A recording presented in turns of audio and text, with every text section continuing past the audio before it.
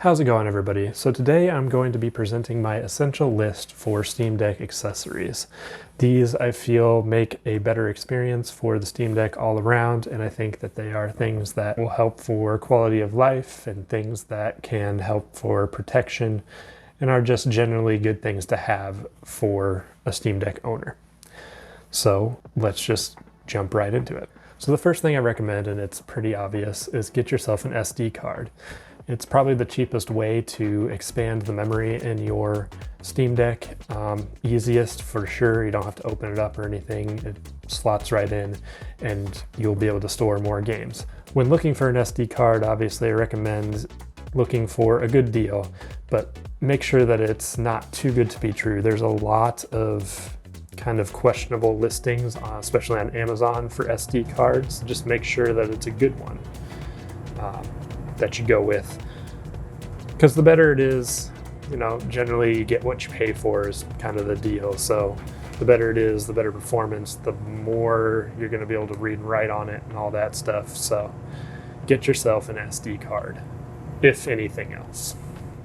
Second thing I recommend is get some sort of dock or dongle for use in desktop mode. This essentially will make it easier for you to use the Steam Deck as a mini PC while you're not using it on the go. And it's a really good feature to use, honestly. Biggest thing when looking for one of these is make sure that it has a 100-watt pass-through on it. So that way it can charge the dock and do data transfer at the same time. If you don't have that, then it gets a little wonky. You'll lose connection with your USB or with the HDMI. So as long as it's got a heavy pass-through on it, you're going to be in good shape. There's a whole bunch of these, so you know, whatever use case you need. This one's pretty simple. It's got a couple USB ports, it's got an HDMI, the power pass-through, and a couple SD card readers, which those are nice. You can actually use those to expand your memory as well while it's docked. But there are ones that have like Ethernet ports and more display ports and more USB, so it just kind of depends on how you're going to use it. But biggest thing, make sure that there's power pass-through, and then everything else is kind of up to you as far as what you need. The third thing is a dock or something to set it on, basically.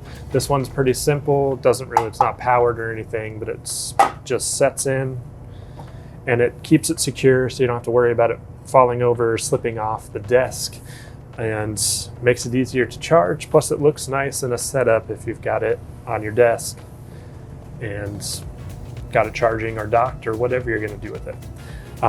Just for security purpose, I feel like that's a really good thing to have. And there's a wide range of them, and there's ones that are also an IO dock as well. So it just depends on your preference on that, but I definitely recommend just having something like that for security's sake.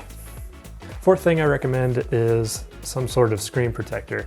Now I got this one because it's actually an etched glass, so it's matte finished like the highest end Steam Deck, and it really makes a big difference as far as glare goes. It doesn't muddy up the colors or anything. I was really impressed by it, so I do recommend, especially if you have the lower tiers, to get yourself a matte screen protector because it's a world of difference.